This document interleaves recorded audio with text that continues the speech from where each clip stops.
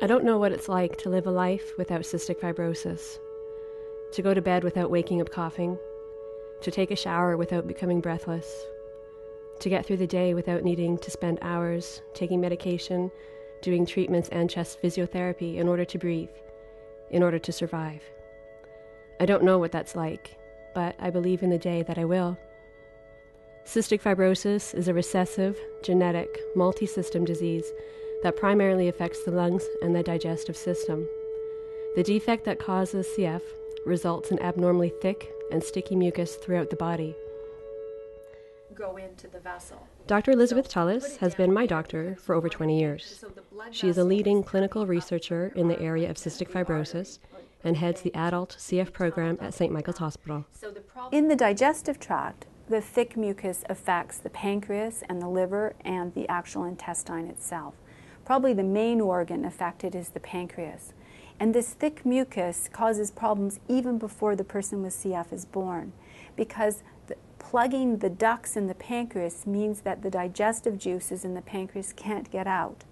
And basically the pancreas sort of almost digests itself, so that the majority of people with CF, when they're born, their pancreas is non-functioning.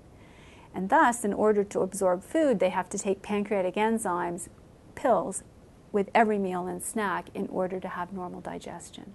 Teams in North America and Britain are racing to find the gene which condemns 1 in every 2,000 children. When they find it, they will know which protein is not being properly produced. Now in the lungs, the problem's a little bit different. The thick mucus in people with CF causes problems with infections. And that's because our mucus is there to trap bacteria and dirt from the environment, and then the mucus is moved out of the lungs, and that is how we keep our lungs clear. But if you have CF and your mucus is really thick, all the bacteria get trapped the same as usual, but the mucus can't move out of the lungs, and so the bacteria multiply in the mucus and start to damage the lungs. And there's this cycle of infection and damage and inflammation and scarring that goes on over and over and over every day, eventually causing bronchiectasis, which is the term used to describe the destruction in the lungs.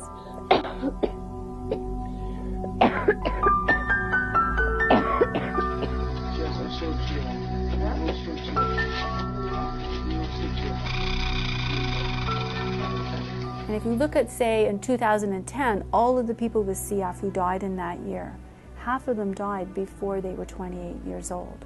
So you can see that it's still a very severe condition, and the damage to the lungs is the primary thing that we have to stop if we want people with CF to live longer.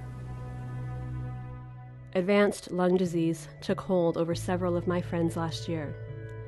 Amber, always a spirited and fierce fighter, refused to be defeated by CF. Against all odds, she clung to the belief of living to see her transplant, and she did.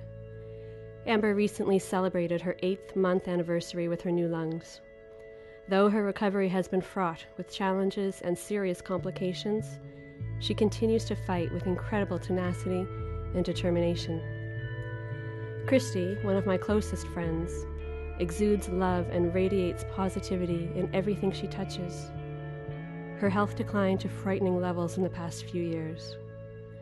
Last year, I told you that she, too, was awaiting her second chance at life through transplant surgery.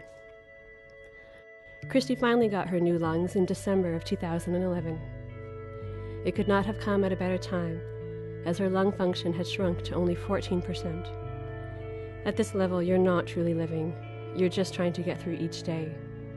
It's with tremendous joy that I tell you she's doing really well now and is living life the only way she knows how, with boundless zest, joy, and deep gratitude with every breath. Though it breaks my heart, not every story ends happily. Last year I told you about my dear friend Carla. Carla's love for life was unparalleled. When she learned that she acquired cepacia, a terrifying bacteria to people with CF, she refused to succumb and resolved to fight with everything within her. She got engaged to the love of her life, Jeff, and planned their dream wedding, much of the planning from her hospital bed. They got married on September 3rd in a ceremony that truly embodied Carla. Beauty, princess perfect, and love-filled. But what the rest of us didn't realize that day was the extent that Sapesha had ravaged her lungs. Carla was back in the hospital 2 days later and was fighting for her life. She fought like a warrior, courageously, fervently, heroically.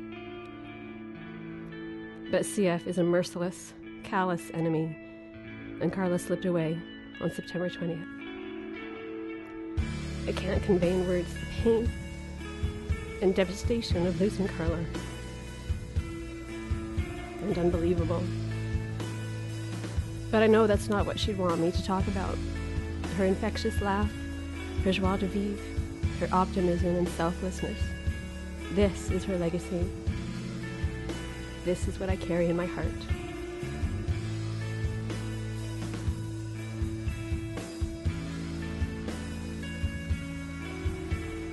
Every year I tell you how research is improving the lives of people with CF, and this year there's even greater reason for excitement.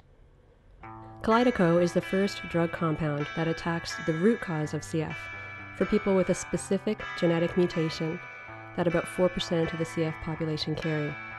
Kalydeco works at the cellular level to open the chloride channels that do not function properly.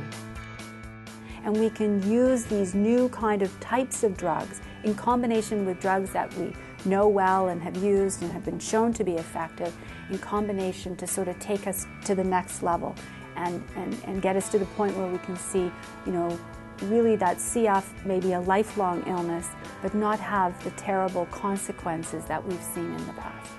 We've come a long way since the days of my childhood in treating CF.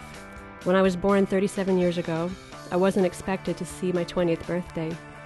Today, half of Canadians with CF are expected to live into their 40s and beyond. Once known as a children's disease, now over 60% of the Canadian CF population are adults. We're on the cusp of an exciting new frontier of science and treatment for CF. When the CF gene was discovered in 1989, we anxiously awaited the day when the underlying disease could be treated, and not just its vicious symptoms. With continued support, that day will be at hand for us all. While there's still much work ahead, the future is brighter than ever. It's research that's taken us this far, and research that will continue to pave the road towards our future. I believe in the day when people with CF won't have to live with pain, fear, and breathlessness. When having CF won't mean having to stay one step ahead of projected life expectancy. I believe that more tomorrows, better tomorrows, are within reach. With your help, we can grasp it.